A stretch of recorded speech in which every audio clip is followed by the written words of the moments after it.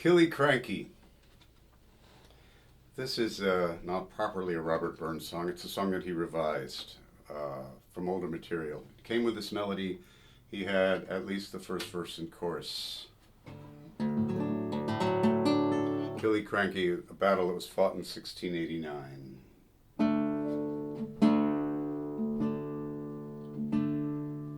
Where he been say braw lad, where he been say brankie O, where he been say braw lad, come ye back Kilecrankie O. And ye had been where I been, ye wadna been say cantie O, and ye had seen what I seen in the praise o' Kilecrankie O.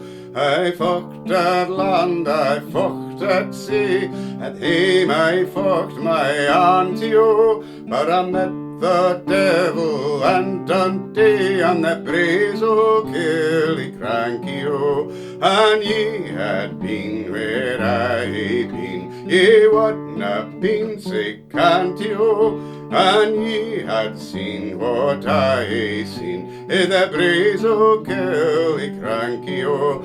The bould Pitcur fell in the furr, and Clavers got a clankie O. Or I had fed an Athole Gled on the braes o' Kilecrankie O. And ye had been where I been, ye wadna been say cantie O, and ye had seen what I seen in the braes o' Kilecrankie O.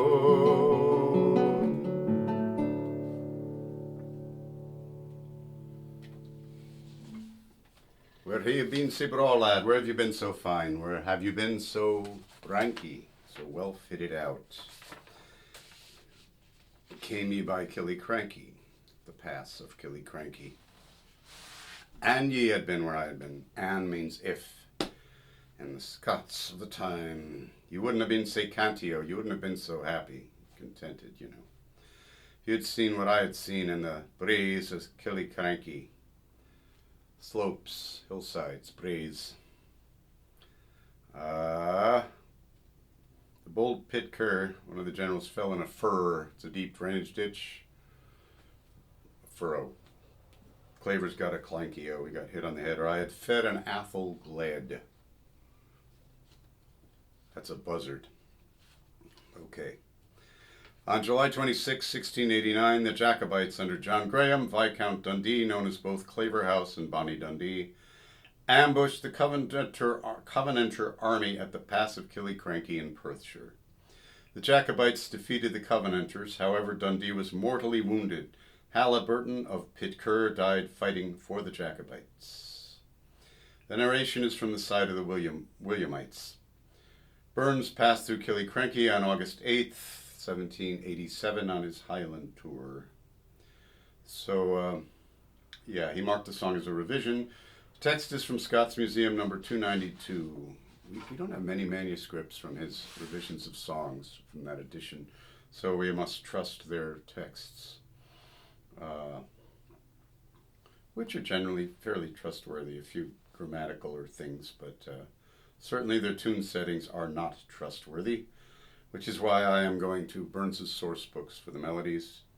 In this case, I went to James Aird's Selection of Scotch, English, Irish, and Foreign Airs, Volume 2. So that's it. The tune was quite old.